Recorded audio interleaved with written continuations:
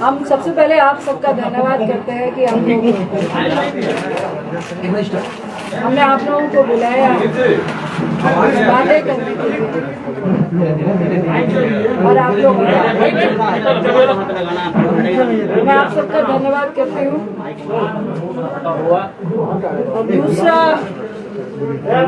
बिहार के तमाम पार्टियों के MLA, MPs, छोटे जनप्रतिनिधि, बड़े जनप्रतिनिधि, इवन जदयू के भी, भाजपा के भी, राजद के भी, CPI CPM के भी, तमाम लोगों ने, कांग्रेस के भी, तमाम कई मंत्रियों ने भी जो सपोर्ट किया पप्पू जी को, उसके लिए मैं उन सबका धन्यवाद करती हूँ।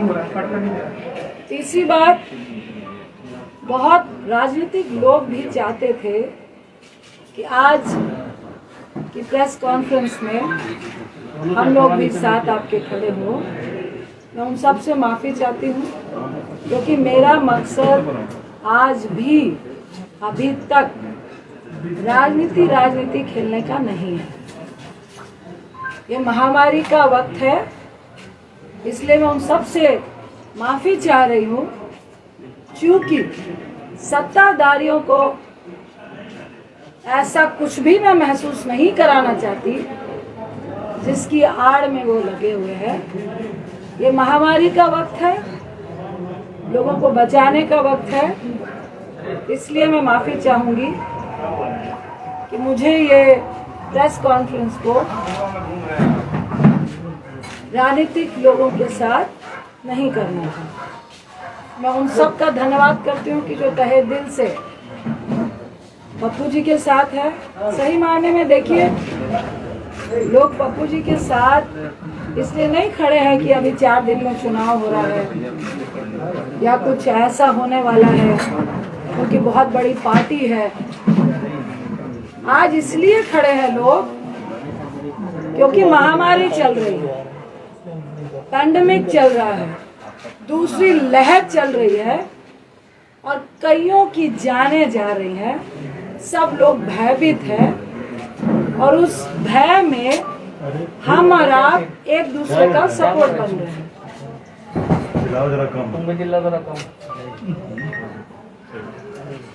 देखिए, मुझे अच्छा नहीं लग रहा कि मैं नीतीश बाबू को कुछ ऐसे सवाल करूं, रूडी साहब से कुछ ऐसे सवाल करूं, भाजपा से कुछ ऐसे सवाल करूं इस वक्त जो मेरे चरित्र में नहीं है।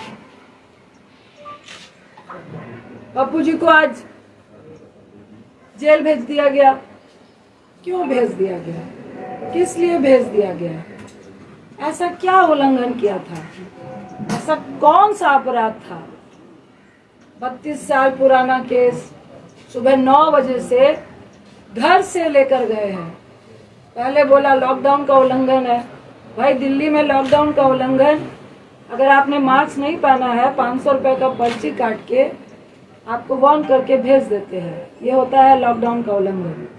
अगर आप ब्रैकेटिंग के पास है, जाना चाह रहे हैं, आपके पास कोई सर्टिफिकेट या आप किस लिए जा रहे हैं नहीं है, तो आपको 1000 रुपये 2000 रुपये का चालान है। लॉकडाउन का उल्लंघन वही होता है। उनको लगा कि अब लॉकडाउन का उल्लंघन से तो बात नहीं बनेगी। तो ये कौन लोग थे?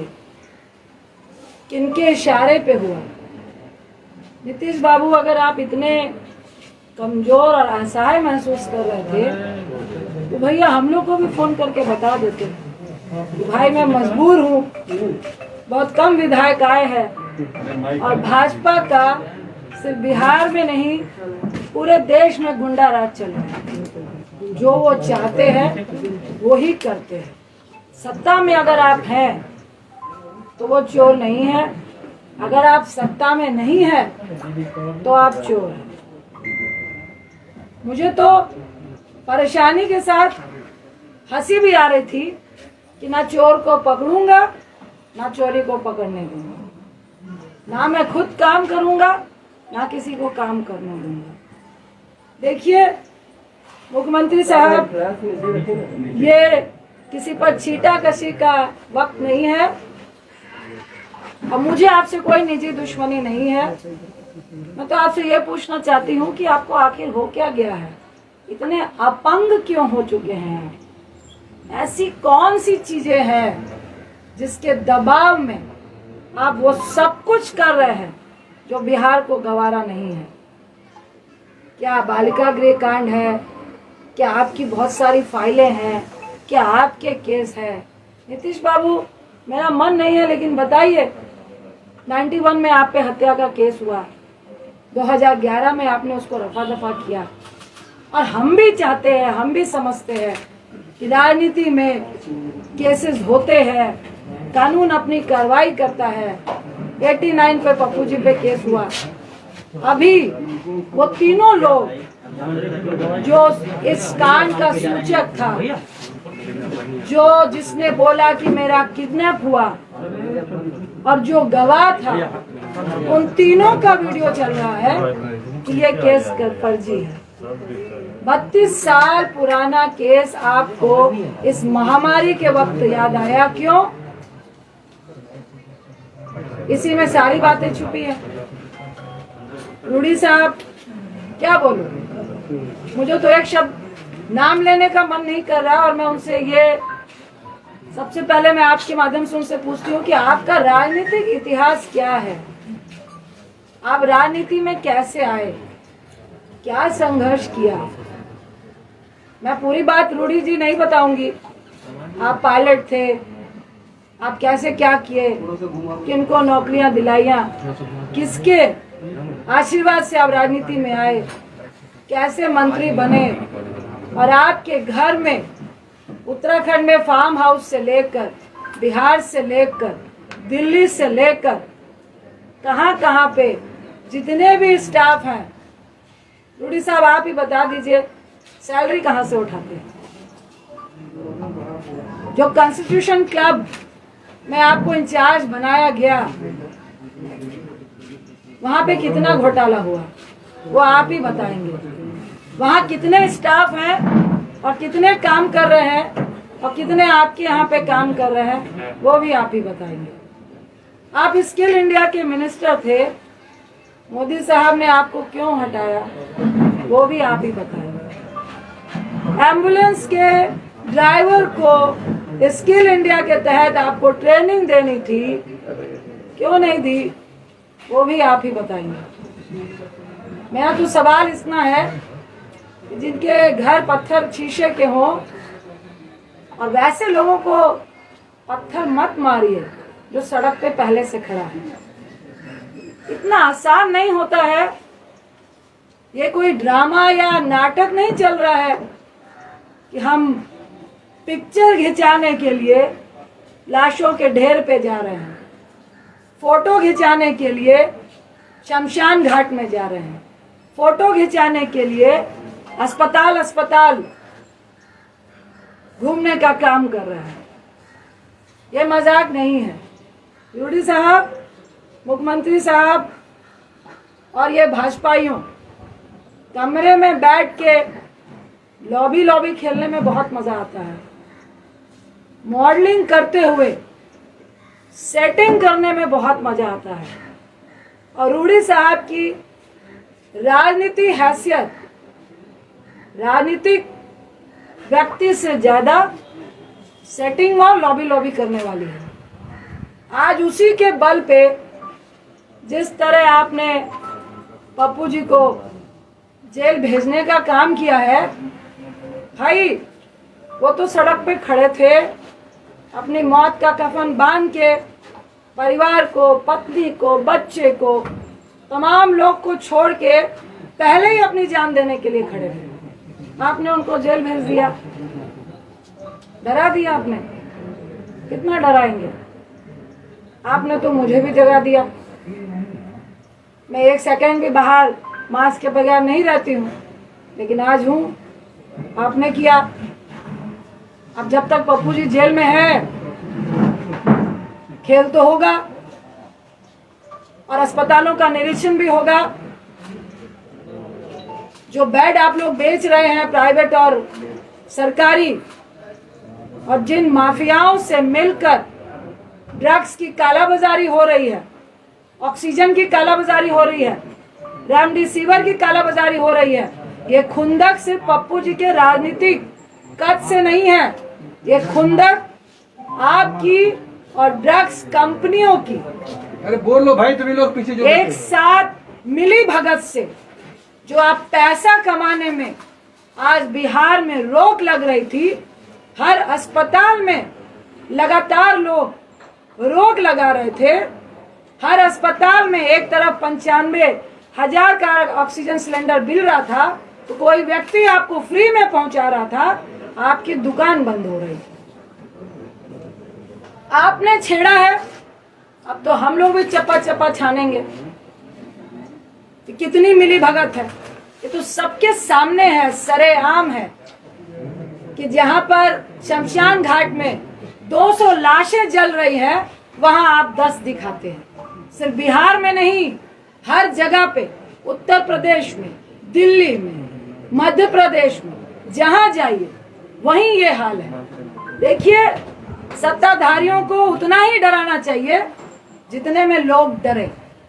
इतना भी मत डराइए कि लोग डरना भूल जाए।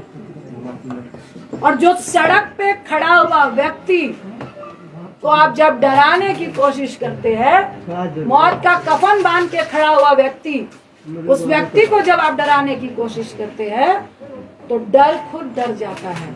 ये सत्ताधारियों को समझना चाहिए। और इस महामारी में भी सबसे बड़ी अगर कोई महामारी है, वो है लालची सत्ताधारी, जो इस बड़ी महामारी से भी बड़ी महामारी है।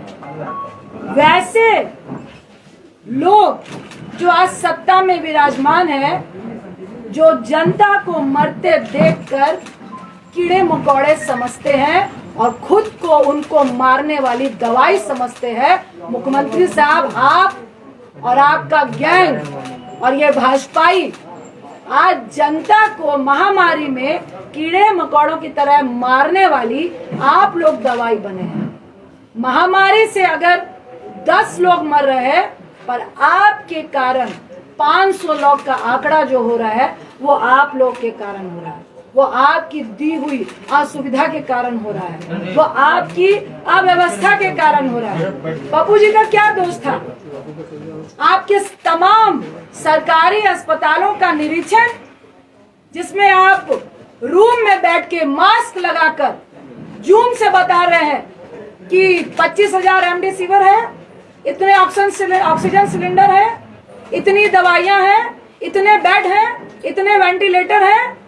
क्या आपने ये बताया कि कितने वेंटिलेटर काम कर रहे हैं? अरे मेरी ही कंस्टिट्यूंसी में 6 वेंटिलेटर है, पर मैं राजनीति नहीं कर रही थी। लेकिन इसका ये मतलब नहीं, जो कह रहे थे कि मधेपुरा और सुपौल की खबर लीजिए, आपको डाटा दूं क्या? वहां पे कितने ऑक्सीजन सिलेंडर है, कहां कहां क्वारंटाइन सेंटर है, और कितने आपके वेंटिलेटर चल रहे हैं, और कौन लोग वहां पे जा रहे हैं। अरे आपके पास तो डॉक्टर और नर्स भी नहीं है जो ये बता सके कि ऑक्सीजन देना कैसे है। आपने 120 रेमडेसिविर दिए हैं, आपने 250 ऑक्सीजन सिलेंडर दिए हैं। हमने पूछा सिविल सर्जन को, भाई साहब 500 लोगों को ऑक्सीजन लगेगा तो क्या करेंगे? तो मैडम दरभंगा में बैकअप है। तो हमने कहा व्यक्ति मरेगा तब तक आप लेकर आएंगे, आप मुंह मत खुलवाइए। और हम लोग सिर्फ मुंह इसलिए नहीं खोल रहे हैं कि लोग पैनिक नहीं हो, लोग नहीं डर, लोग भयावह नहीं हो। क्योंकि जिसका 95 भी ऑक्सीजन होता है, अगर उसको ये मालूम चल जाता है कि अस्पताल में ऑक्सीजन सिलेंडर नहीं है, उसका ऑक्सीजन लेवल वहीं से 90 और 88 चला जाता है। इस दर्द के कारण आपकी बातों को नहीं बोल रहे हैं, इस दर्द के कारण आपसे हम लोग बात नहीं करना चाह रहे थे। लेकिन आज जिस तरह की स्थिति आपने पैदा की है, तो नीतीश बाबू आपको भी जवाब देना पड़ेगा, रूडी जी आपको भी जवाब देना पड़ेगा। और ये कौन सा मंत्रालय है जो फेलियर के नाम से, कौन से लोग हैं, कौन से ब्यूरोक्रेट्स हैं जिनको आपने कभी अपना ओएसडी बनाया, फिर उनको मंत्री बनाया, और आज वो सबकी मिली भगत से उनकी दुकान नहीं बंद हो जिसके लिए आप मुंह बंद कराना चाहते हैं। अरे कितनों का मुंह बंद कराएंगे? और शर्म आनी चाहिए, और थोड़ा डरिए। आप पप्पू जी को जेल में बंद कर देंगे तो क्या लोगों को मरने देंगे? आपकी ये मंशा है कि लोग मरे और हम तमाशा देखें? गोल्फ के मैदान में गोल्फ खेलते हुए कि भाई स्थिति बहुत पैनिक है, मुझे तो बहुत डर लग रहा है, आई एम वेरी सेफ कहने में बहुत मजा आता है। मोदी साहब आप भी आइए, जो सेंट्रल में चुप्पी साध के बैठे हैं, ये आपके ही क्रियाकलापों का प्रेरणा है जो आज आपके लोग कर रहे हैं। पहले जब सेकेंड लहर आई, दूसरी लहर आई, तो आप सत्ता के जुनून में, जीतने के जुनून में इतने पागल थे कि हमारे देश में ये जो महामारी की आपदा है, ये प्राकृतिक आपदा से ज्यादा WHO और पूरे वर्ल्ड के कंट्री का ये कहना है कि 90% हमारे देश की जो आपदा है वो मैन मेड है।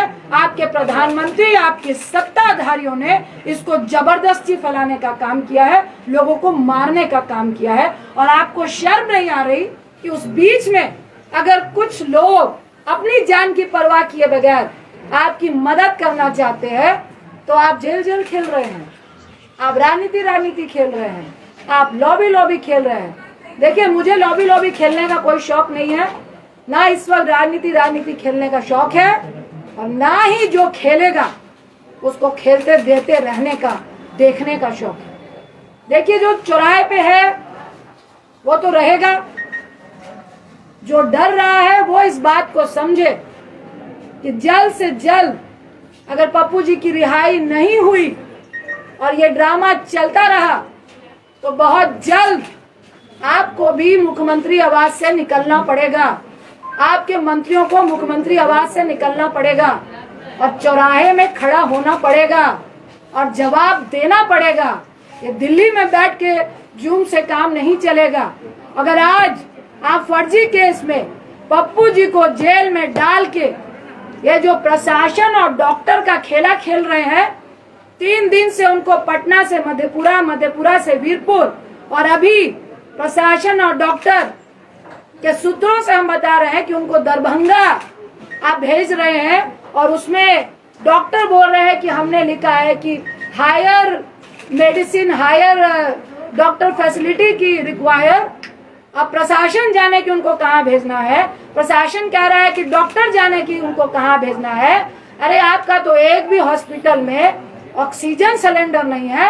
आप पप्पू जी का सीवियर इन्फेक्शन है, सुन लीजिए, शुगर के पेशेंट हैं और 1.25 महीने पहले उनका गॉल ब्लैडर का ऑपरेशन हुआ है, उनके लीवर में 30% प्रॉब्लम है। और अभी मैं आते वक्त भी जो डॉक्टर ने ऑपरेट किया उनसे बात करके आई हूँ कि हैवी रिस्क है कि उनको दोबारा इस हालात में इन्फेक्शन के चांसेस हैं, क्योंकि बहुत नया ऑपरेशन है। उसके साथ ही उनको सीवियर इन्फेक्शन थे, जिसकी सारी रिपोर्ट आपको दी गई है। मैं फिर आपको आगाह करूंगी कि ये खेला बंद कर दीजिए, ये राजनीति बंद कर दीजिए, उनको रिहा कीजिए, और आपके जेल के अंदर वो पॉजिटिव होके आएंगे तो ना मैं माफ करूंगी ना आपको जनता माफ करेगी। और सिर्फ माफी से काम नहीं चलेगा। अगर चंद दिन के अंदर, 2 दिन के अंदर पप्पू जी रिहा नहीं होते हैं और आप ये डॉक्टर और प्रशासन का खेल खेलते हुए उनको हर दिन गाड़ी में 4-4 लोगों के साथ बैठा के जो घुमाने का आप काम कर रहे हैं, तो आप भाजपाई लोग भी सुन ले, मुख्यमंत्री साहब भी सुन ले। रूडी साहब, आपकी जो एम्बुलेंस घर में थी वो सरकारी खजाना था, और एक तरफ लोग 12,000 रुपए पर किलोमीटर एम्बुलेंस के लिए दे रहे थे और तब भी नहीं मिल रही थी। मैं अनशन में बैठूंगी जब तक आपको जेल के अंदर नहीं कर दिया जाएगा। ये खेला खेलना बंद कर दीजिए, ये गंदी राजनीति महामारी के वक्त बंद कर दीजिए। आज मैं फिर कह रही हूँ कि मुख्यमंत्री साहब फोन कीजिए।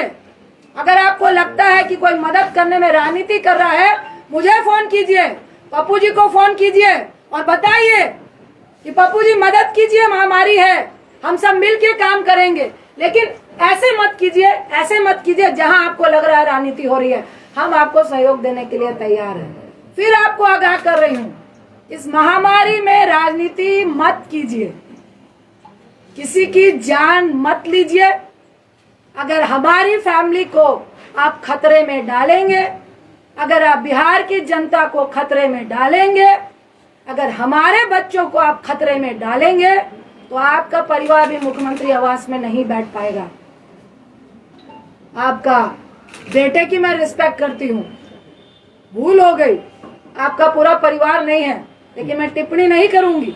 भाजपाइयों का परिवार है, जो मॉडलिंग करते हैं उनका परिवार है, और मुझे सबके परिवार के लिए दया है और सबके परिवार की फिक्र है। इसीलिए हम लोग चुपचाप बैठे थे, इसीलिए आज मेरा बेटा यहाँ नहीं आया, क्योंकि मैंने अपना रिस्क लिया, उसका नहीं लिया कि बेटा रुक जाओ, पैंडेमिक चल रहा है। और ये बहुत गुंडई राज वाले लोग हैं, किसी की परवाह नहीं है। जब जनता को ये कीड़े मकोड़े समझते हैं तो हम लोग की क्या औकात है। लेकिन औकात उसी की होती है जो गोल्फ लिंक में बैठकर गोल्फ खेल रहा होता है और पेस्ट्री होता है, जो सड़क पे होता है, उसको औकात दिखाने की कोशिश नहीं कीजिएगा। मैं इतना ही क्या कि मुख्यमंत्री साहब, अब ये राजनीति बंद कर दीजिए। उनको इस फर्जी केस से वीडियो वायरल हो रहे हैं, वो सब दिख चुका है कि वो फर्जी केस है, उनको रिहा कीजिए और हम लोग सब मिलकर इस महामारी से लड़िए। क्योंकि एक तरफ आप इतनी घटिया राजनीति कर रहे हैं और दूसरी तरफ तीसरी लहर की बात इस देश में हो रही है, उसकी चिंता कीजिए। अपनी राजनीतिक रोटियां सेकने की चिंता मत कीजिए। अगर आपको डर लग रहा है उनके कद से, तो चुनाव अभी बहुत दूर है, तब तक जनता भूल जाती है। ये आपको हम लोगों से ज्यादा मालूम है, इसलिए महामारी की फिक्र कीजिए, राजनीति की फिक्र मत कीजिए। बहुत बहुत धन्यवाद। मैम, हाईकोर्ट में याचिका भी इसे खारिज कर दिया गया है, जो जानकारियां हमें मिली है। देखिए, वो खारिज नहीं है, उन्होंने कहा कि आप प्रोसेस से आइए। ये देखिए, हमको सबसे पहले मैं कहूंगी कि मुझे कोर्ट पे पूरा विश्वास है, न्यायपालिका पे पूरा विश्वास है। इन्होंने सोची समझी साजिश से इनको जेल भेजा, क्योंकि 17 तक कोर्ट बंद है और कोई भी मैटर इस तरह से सुना नहीं जा रहा है। लेकिन आज हम लोगों ने मेंशन किया है, इन्होंने तो सुप्रीम कोर्ट की भी धज्जियां उड़ाई है।